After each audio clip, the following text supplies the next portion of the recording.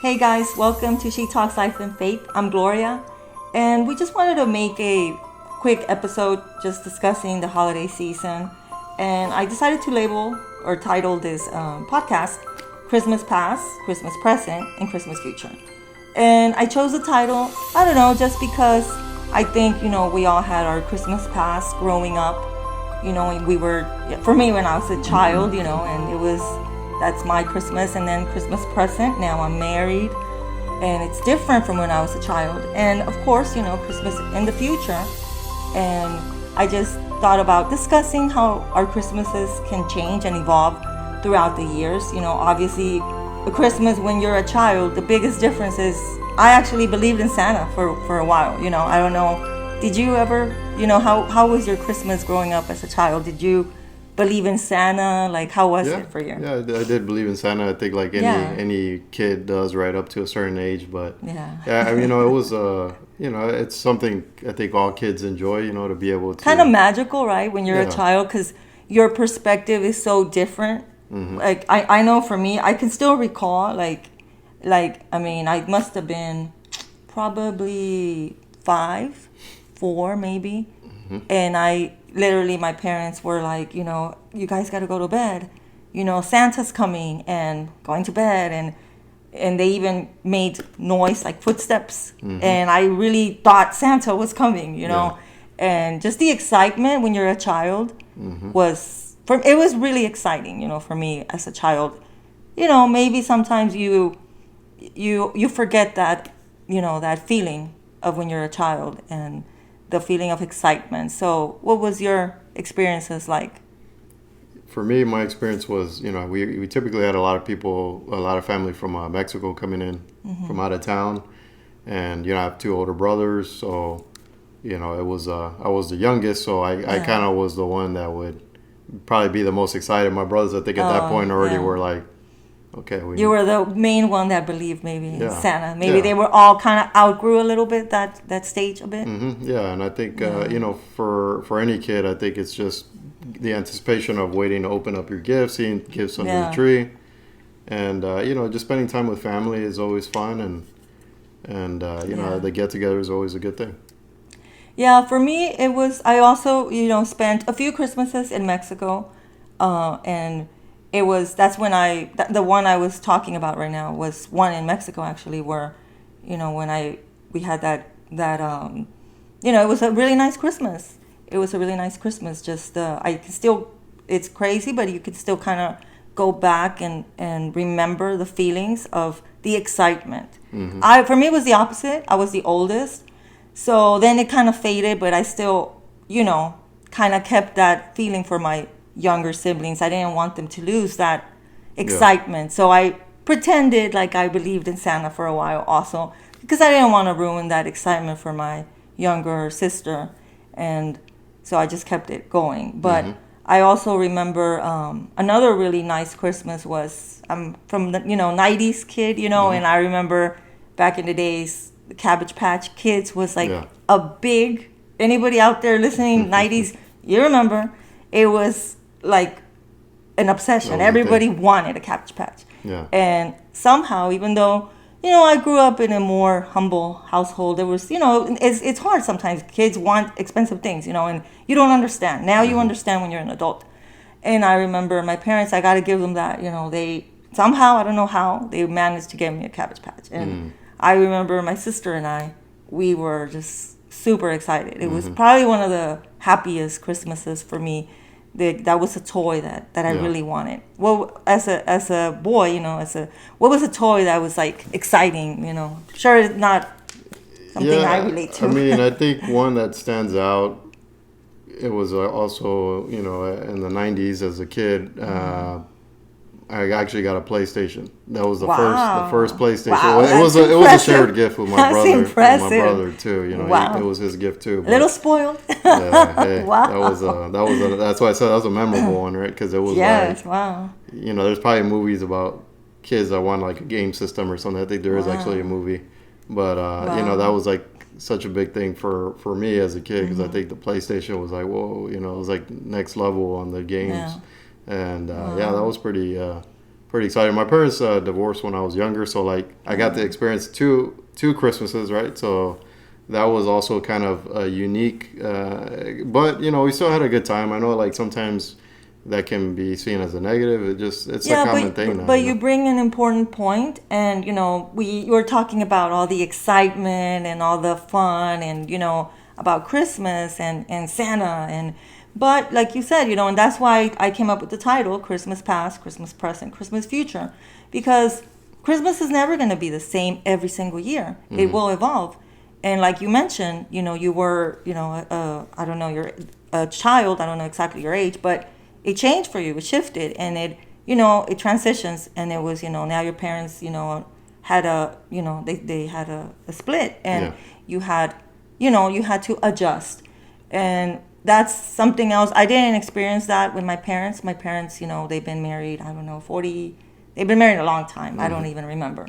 But I did experience a shift and a change in my Christmas, because you know it's just part of life. And I did want to talk about it. You know, of course, you know, always keep a positive spin, but there's, you know, you can't always have holiday cheer. You know, there's going to be something that comes up. And for me, you know, when my sister passed away, that was, you know, very extremely difficult. I mean, to be perfectly honest, you know, there was Christmases I didn't celebrate. I actually didn't celebrate a few Christmases. It was difficult. It was very difficult. And then I kind of went extreme. You know, I kind of went extreme to the other end. And I think now when you experience a change, for me, the loss thing kind of made me be more like, okay, now I want to, like, with the people that you do have, because you always have to remember, and you know, there's going to be changes, but with the people that do remain, make it nice, and make it, you know, and buy gifts, and make it as great as you can and memorable. And so then I went from that into, like, you know, just being you know, everything Christmas that I could get, and decorating. And so yeah, there was a transition, and I think it's how you handle the transitions. For me, you know, and again, this is just my own personal experience. You know, for me, it was my faith in God, and that's what kept me, you know, strong. And also remembering, do you think that you're, you know, for me, it was, you know, my sister passing, and I know my sister would not have wanted me, you know, to never celebrate Christmas and be sad. And if you're out there and you have, you know, some, you know, losses or changes, you know, just try to stay in faith, and try to, like, find ways to cope with it, you know. And I just want to share my experience, because we all go through and it's a special transitions day too, you in know, life. because Christmas, like, we have the reassurance of Jesus Christ, you know, and Jesus' birth, and that is, you know, for us, like, knowing that one day we will be reunited with our loved ones, you know, and you know, that's just something that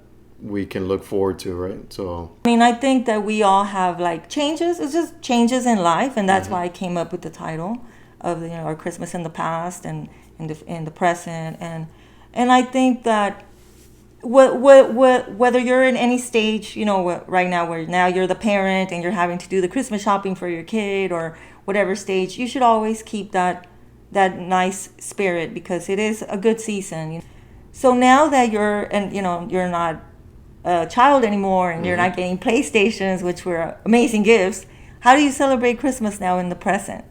Yeah, well, I still get a PlayStation, but actually I just bought that for myself. So that's just worked out. Oh, now you buy your own gifts. Okay. You know, you when you have money, you know, as a kid, you can't just go and buy your own gifts. You're awaiting what they're gonna buy you. Exactly. Yeah, but true. now married, happily married, and you know, I enjoy buying, you know, my wife gifts, a lot of gifts, a lot of nice things, and you know, I take more joy in just giving people things. Yes. You know, I enjoy receiving gifts too. I don't think anybody that doesn't, but I like to give gifts. I like to be the giver of gifts. And you know, when you bring that up, that is something really really nice.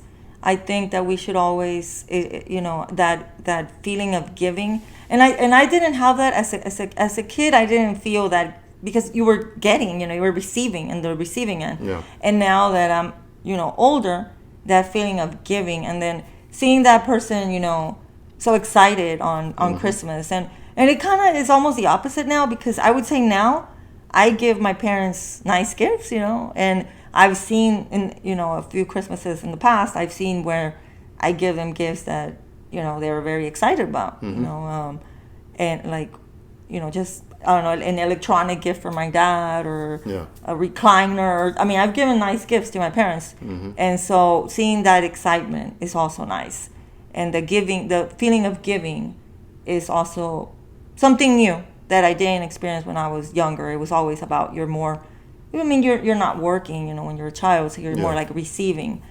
But yeah, I just want to make it like a quick overview of dealing with the holiday season. And the main thing for me, and like I said, Christmas past, whether in your past when you were a child, whether in the present when you're married, and for me in the present, well, now I'm happily married. You know that. And it's been also very nice to be able to give my husband gifts, and and the excitement of seeing him. It's a different feeling, So now it's Christmas present. It's being married, and that, and also a big change, decorating the house, putting up the Christmas trees, because we have more than one tree, and just decorating. And because you got me into, I'll be like, my family, we didn't really decorate much. That's the truth. It was more about the get-togethers, but you have made me enjoy that, because I didn't do that as a kid, right? So like now having a home, and having a home, you have a great eye for like decorating, and I see that, and it motivates me to keep adding on, and making things.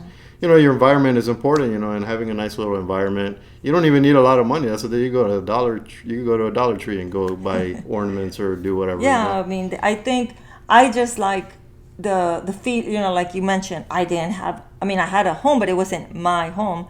And now I have my own house that I can decorate. So it's like I have another. That for me is probably in the present the main thing that I love. I just love buying, whether it's a Christmas ornament, or I love the Christmas pillows, or more. Just I get a little bit over the top sometimes. I need to, but it's a lot of It's exciting. So that's my difference from when I was younger, when I was a little girl. Now I get to decorate my house and decorate outside, putting up lights and whatever we do. And so it's changed in that sense. And it's kind of what you make it too, because we all can be in different stages in our life. We all have highs and lows, right? And that can happen at any time. But it's really just how you react to those things, and just continuing to just persevere, and just try to bring nice surroundings to yourself, and that does make you feel better. It doesn't matter what you're going through, if you're in a good spot or if you're going through something, it's just having that, and I think it's good that you bring that up, because like I was gonna mention, I think the constant, for any Christmas that you're experiencing, whether you're a child or a teenager or an adult or an older, old in your older years, or you're, like you said, you're in a high or in a low, whether you're in a high, whether you're in a marriage, or maybe you're not in a marriage, maybe you got out of a relation, whatever, highs or lows you're in, the constant that will always be there, that I've experienced, is God. It's your faith. And I think, you can get caught up. I admit it. You can get caught up in the season and the lights and the decorating and the gifts, for sure, But we gotta remember, and I know it's a very repetitive phrase, but I like it, and I'm gonna share, Jesus is the reason for the season. And let's not forget that, that is kind of, for me, at least for me, it's my thoughts. I believe that's the case. And I always do try to, make it a point to, reflect a bit, and remember that. And if I'm feeling, because there could be times that I'm feeling, maybe not the best, or if you're feeling okay, but however you're feeling, just keep your faith up. Do maybe even listening to music. Even if you don't feel like listening to a very cheery song, music, but listening to music, or reading something, or watching something inspirational, or or listening to others like us, just sharing our experiences of how we deal with highs and lows during the holiday season. And I just wanted to talk about that, and I just wanted to talk about how, it will continue to change. But the one thing that will never change is your faith. Yeah. And our constant is always, God in our lives. And I hope you enjoyed today's episode, and I hope that you have the best holiday season that you can possibly have. We wish you, right? Merry Christmas, A Merry Christmas. And to your families, and thank you for listening. Yes. Gloria, thank you for having me here as a guest. Yes, thank you for being here again, and exactly, just wish you the very best Christmas, and soon, be 2025, and hoping the best things possible for everyone out there. Thank you, guys.